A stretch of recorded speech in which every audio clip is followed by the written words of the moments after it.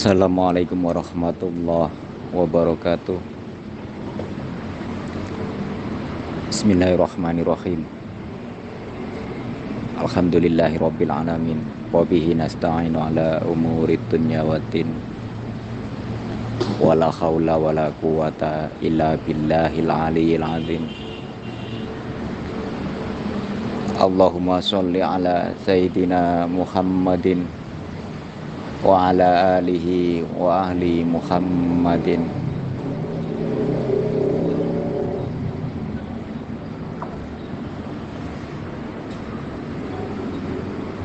Dalam kesempatan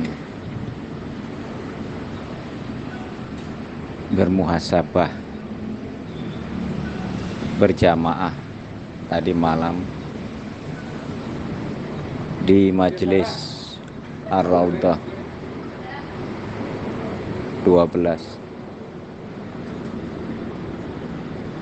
saya sampaikan kepada jamaah yang hadir mengenai beberapa bab kajian, di antaranya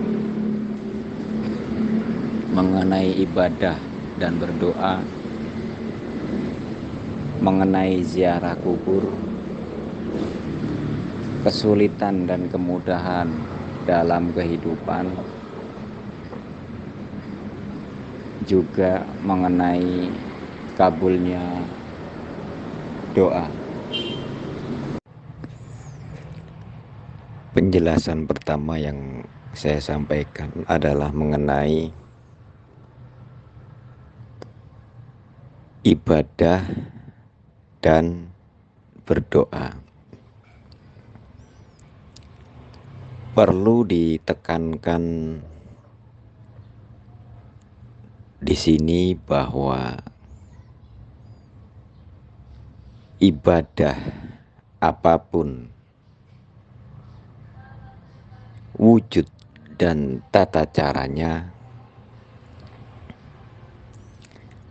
harus dilakukan dalam rangka pengabdian seorang hamba kepada Robnya, yaitu Allah Subhanahu wa ta'ala.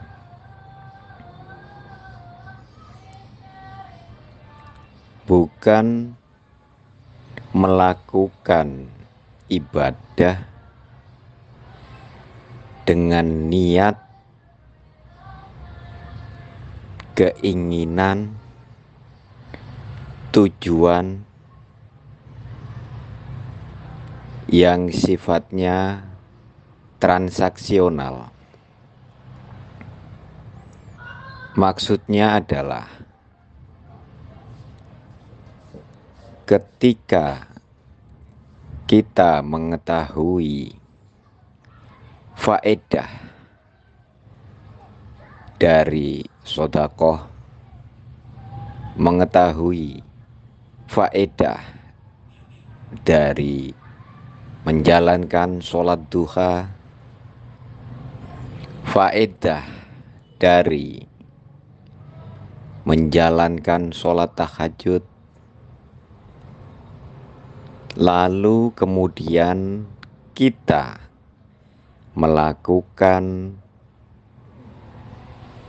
sedekah, melakukan sholat duha, melakukan sholat tahajud,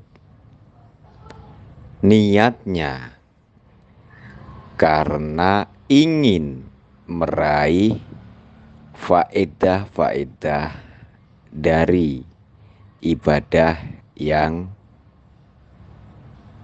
kita jalankan.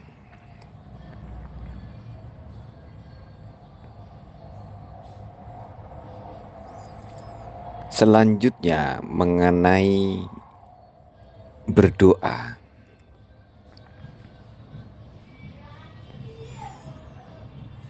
Berdoa merupakan perintah Allah Subhanahu wa ta'ala kepada hambanya berdoa memohon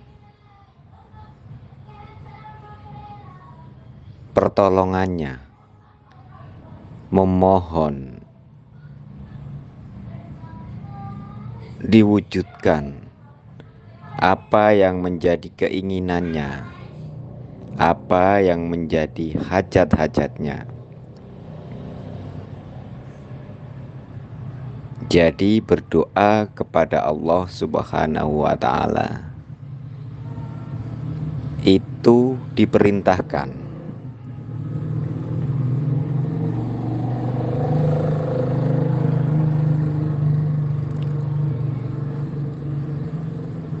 Berdoa merupakan suatu hubungan khusus antara ketidakberdayaan seorang manusia kepada Allah Subhanahu wa ta'ala.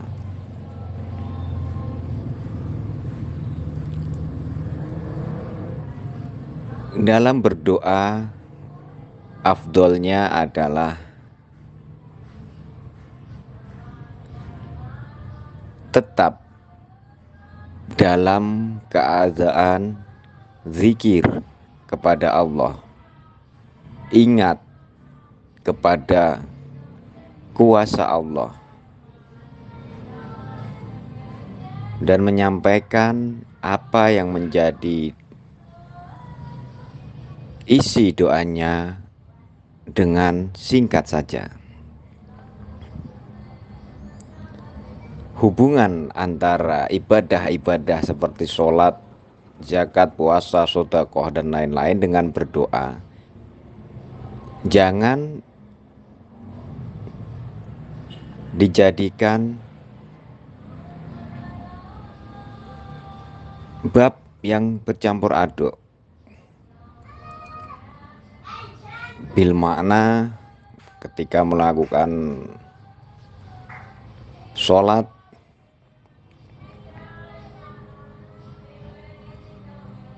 jangan dikaitkan dengan keinginannya, hajatnya yang ingin diraih. Karena hakikatnya adalah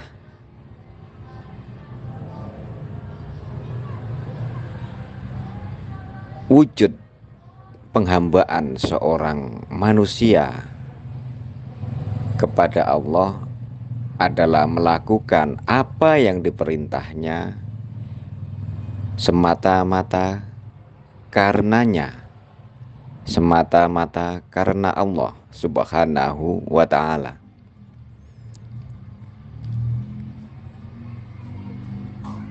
Berlaku untuk ibadah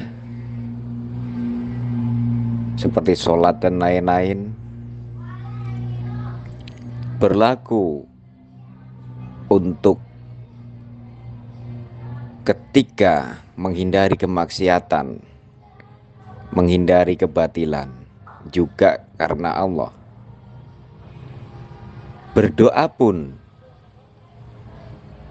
dengan niat menjalankan perintah Allah Subhanahu wa ta'ala.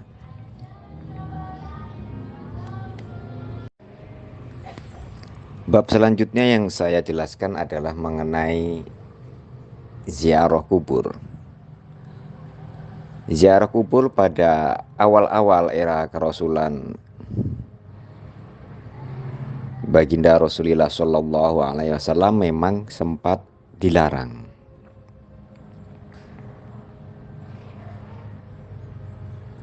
Akan tetapi kemudian diperbolehkan. Jadi dasar hukum ziarah kubur adalah sunnah.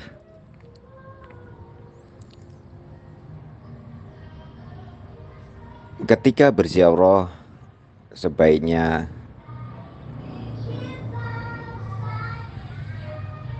menggunakan pakaian yang sopan, yang rapi,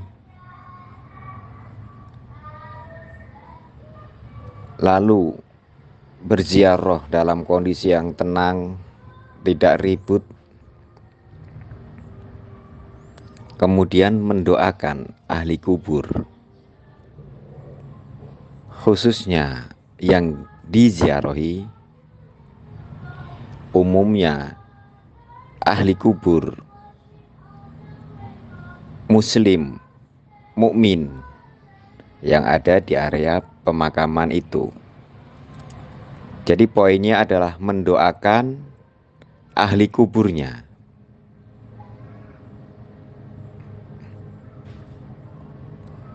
Selanjutnya dalam prosesi ziarah, agar mengingat bahwa kita semua nantinya akan dikuburkan seperti mereka yang kita ziarahi, bahwa dunia ini adalah sementara, bahwa semua milik kita, semua yang Allah anugerahkan kepada kita pada saatnya akan kita tinggalkan dan tidak dibawa masuk ke alam kubur.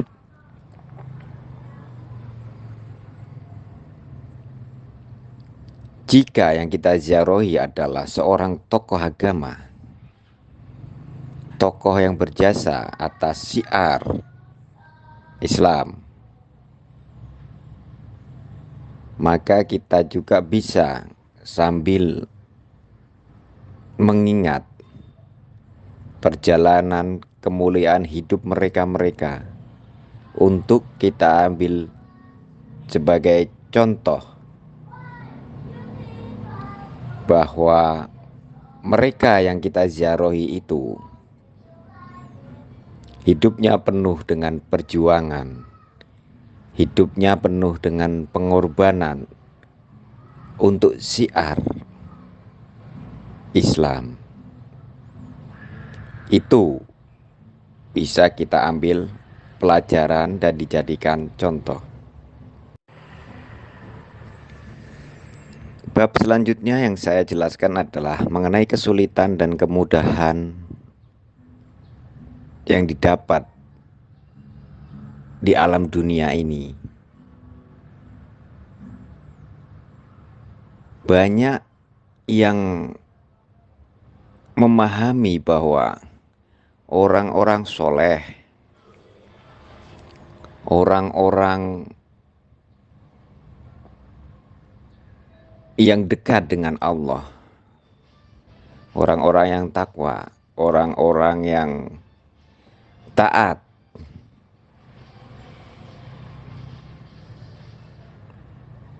mengalami kehidupan di dunia yang selalu penuh dengan kemudahan-kemudahan, jauh dari kesulitan-kesulitan.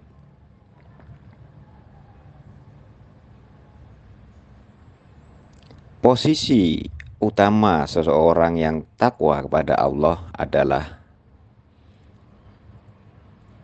memiliki iman yang kuat, iman yang terang, hati yang bersih, hati yang selamat. Efeknya adalah mereka mengalami ketenangan dalam hidup, mengalami kedamaian dalam hidup karena dekatnya mereka dengan Allah Subhanahu wa Ta'ala. Bersihnya hati mereka dari perangai-perangai jelek seperti iri, dengki, hasut, sombong, dan lain-lain. Sehingga ketika hati memiliki kebersihan, hati yang terang, maka akan memberikan efek kenyamanan, kedamaian, ketenangan ketidaktakutan, jauh dari was-was dalam menjalani kehidupan ini. Soal kesulitan, semua akan mengalami pasang surut antara kemudahan, kesulitan, dan itu berlaku bagi siapapun.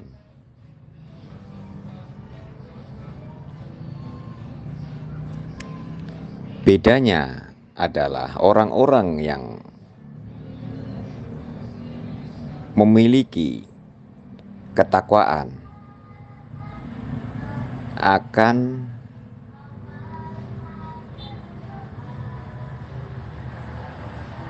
memiliki kondisi hati yang stabil karena selalu tersambung, pikirannya selalu memahami bahwa hakikat segala sesuatu yang diterimanya semua adalah kehendak Allah Subhanahu wa ta'ala yang mesti harus direspon dengan sebaik-baiknya.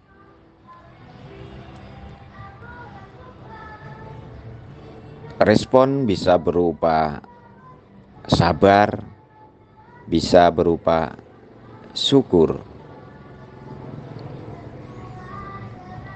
Tidak merespon kesulitan atau ujian-ujian yang menimpa dengan nada-nada protes, dengan nada-nada hujatan, yang secara hakikat protes dan hujatan ini tentu tidak ridho atas ketetapan Allah yang terjadi kepada mereka.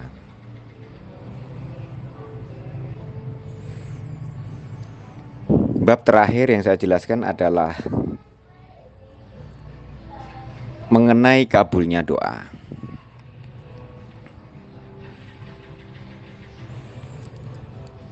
Allah berjanji bahwa siapa yang berdoa kepadanya maka akan dikabulkan.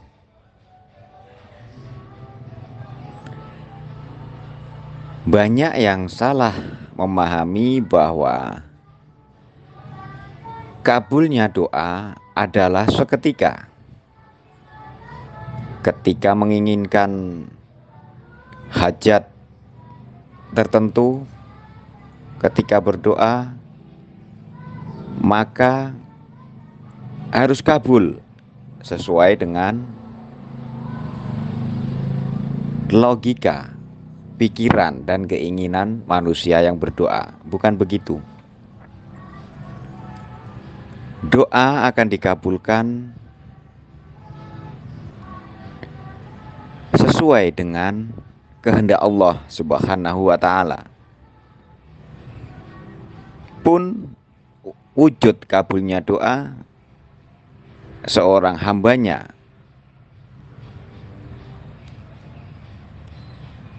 bisa jadi tidak seperti apa yang ada di angan-angan sang pendoa.